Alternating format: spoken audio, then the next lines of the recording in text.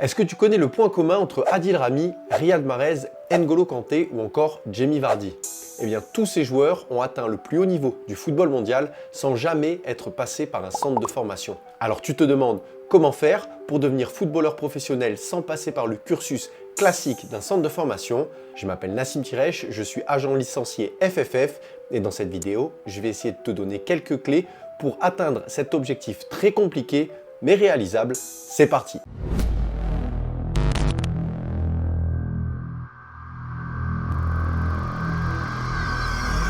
Passer au travers des mailles du filet ou se révéler sur le tard, c'est possible, mais ça reste une exception.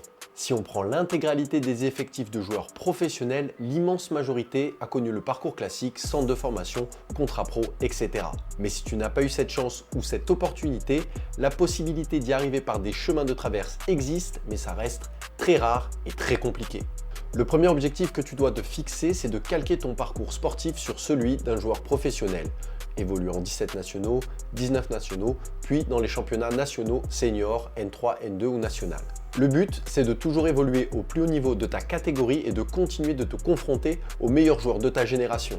Pour ça, prends contact avec les clubs de ta région qui évoluent dans ces catégories-là. Ils organisent très souvent des détections ou des mises à l'essai pour essayer de recruter et de concocter la meilleure équipe possible avec les joueurs du département.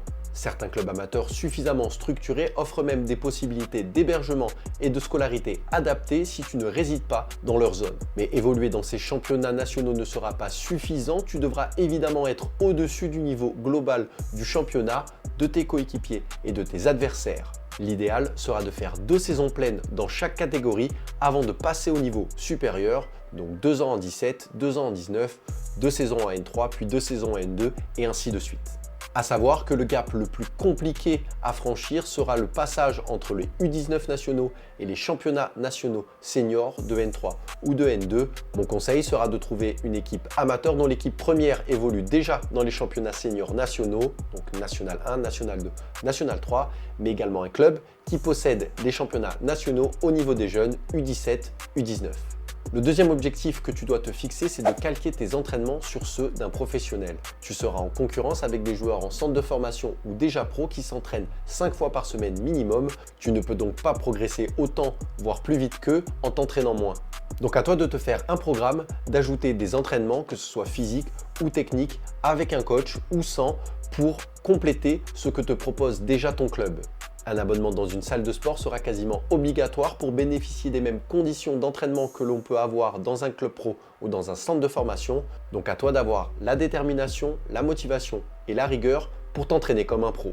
Le dernier point sera de performer sur les coupes nationales, que ce soit la Coupe Gambardella ou la Coupe de France. Ce sont des vitrines incroyables pour se faire repérer par des clubs professionnels. Ces 2 coupes donnent la possibilité à des joueurs amateurs de montrer ce dont ils sont capables face à des équipes professionnelles. Jonathan Klaus, Nicolas Pallois, Franck Ribéry, autant de joueurs qui ont su performer face à des clubs professionnels dans cette compétition et qui ont été ensuite recrutés par ces équipes grâce à leur performance face à des joueurs professionnels.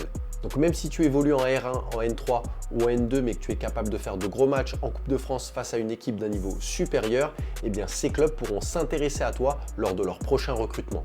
Donc clairement, faire un gros parcours en Coupe de France et être performant face à des équipes d'un niveau supérieur, ça peut rapidement accélérer ta carrière. Et si tu as la chance de passer plusieurs tours en Coupe de France, tu auras forcément l'opportunité d'être vu par des scouts et des recruteurs de clubs professionnels. Voilà, c'est tout pour cette vidéo. J'espère que ces quelques conseils pourront t'aider à atteindre tes objectifs. N'hésite pas à t'abonner et à cliquer sur la cloche pour les prochaines vidéos. Si tu as des questions, tu peux les laisser dans les commentaires. J'essaierai d'y répondre. À très bientôt. Ciao, ciao.